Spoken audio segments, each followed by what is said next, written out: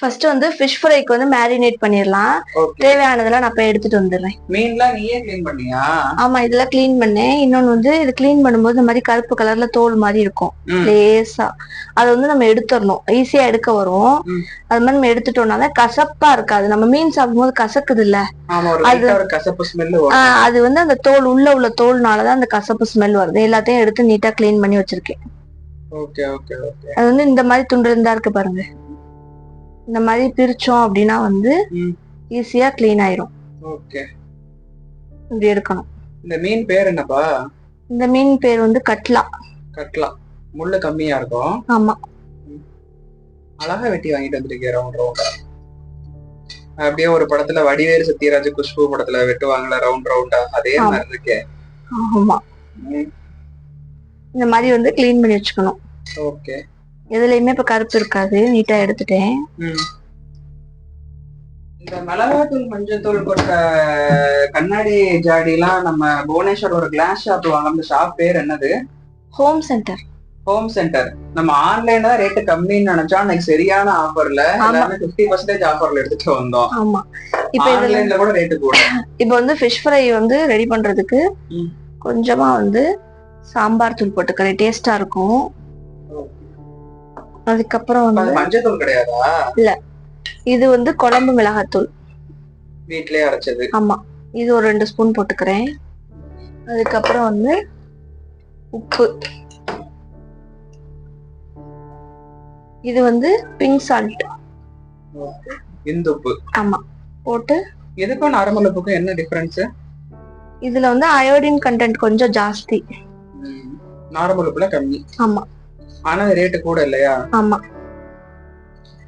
இந்த மாதிரி பெரட்டினாதான் மீன் நல்லா இருக்கும். ஒவ்வொருத்தவங்க வந்து ஃபர்ஸ்டே சும்மா மிளகாத்தூளை மட்டும் தண்ணி ஊத்தி கலந்துட்டு அப்புறம் அதுல வந்து மீனை போட்டு பெரட்டுவாங்க.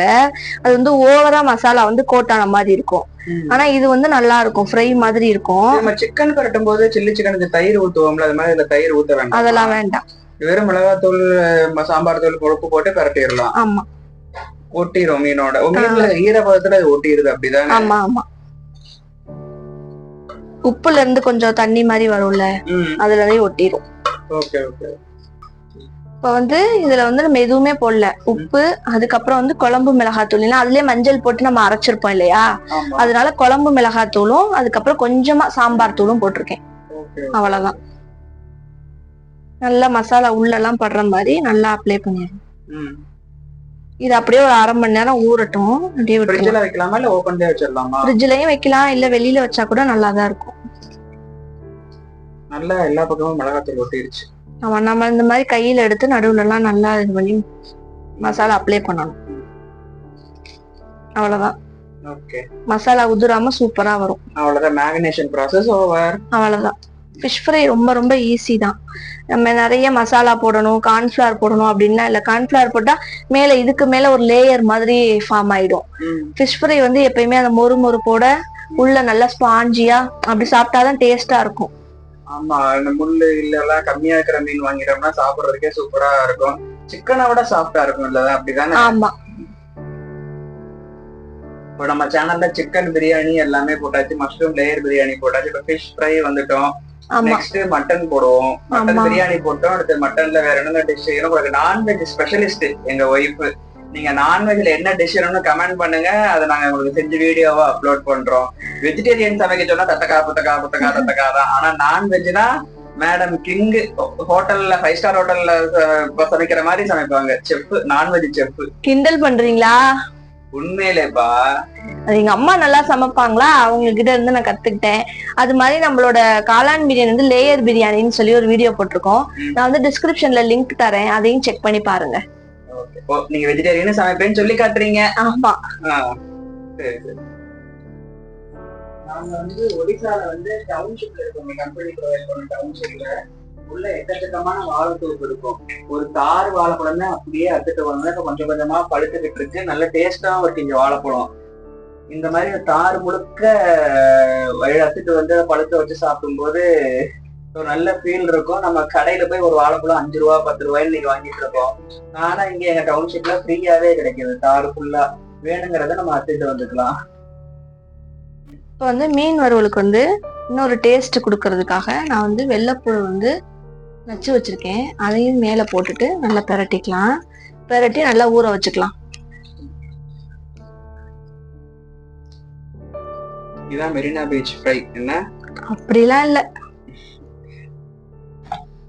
ஃப்ரைக்கு ரெடி பண்ணியாச்சா? ஆமா, என் வீட்ல வந்து நான் எப்பயுமே வந்து மீன் வறுக்கிறதுக்குன்னு ஒரு சட்டி வச்சுப்பேன், அது இதுதான். இது பேர் மீன் சிட்டி.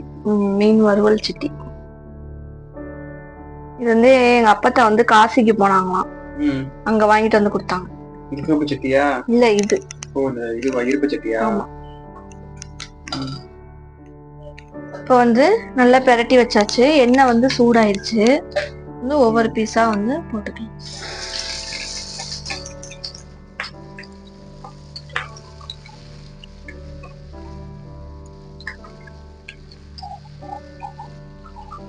எண்ணெய் வந்து நல்லா சூடா இருக்கணும். மீன் பொரிக்கும் போது நம்ம கொஞ்சம் எண்ணெய் ஹீட் ஆயிடுச்சுன்னு நினைச்சு போட்டோம்னா மசாலா ஃபுல்லா உதிர்ந்து வந்துடும். மசாலா அப்படியே செட் ஆகுறதுக்கு எண்ணெய் வந்து நல்லா கொதிக்கணும். எண்ணெய் வந்து நல்லா சூடா இருக்கணும், கொதிக்க கூடாது, நல்லா சூடா இருக்கணும். வந்து திருப்பி அடுத்த பக்கம் திருப்பிக்கலாம். திருப்பிட்டு ஒரு 2 நிமிஷத்துல, ஆமா, இன்னும் 2 நிமிஷத்துல எடுத்துடலாம். அது எப்படியும் எடுக்கணுங்கிற கன்சிஸ்டன்சி பாக்குறது.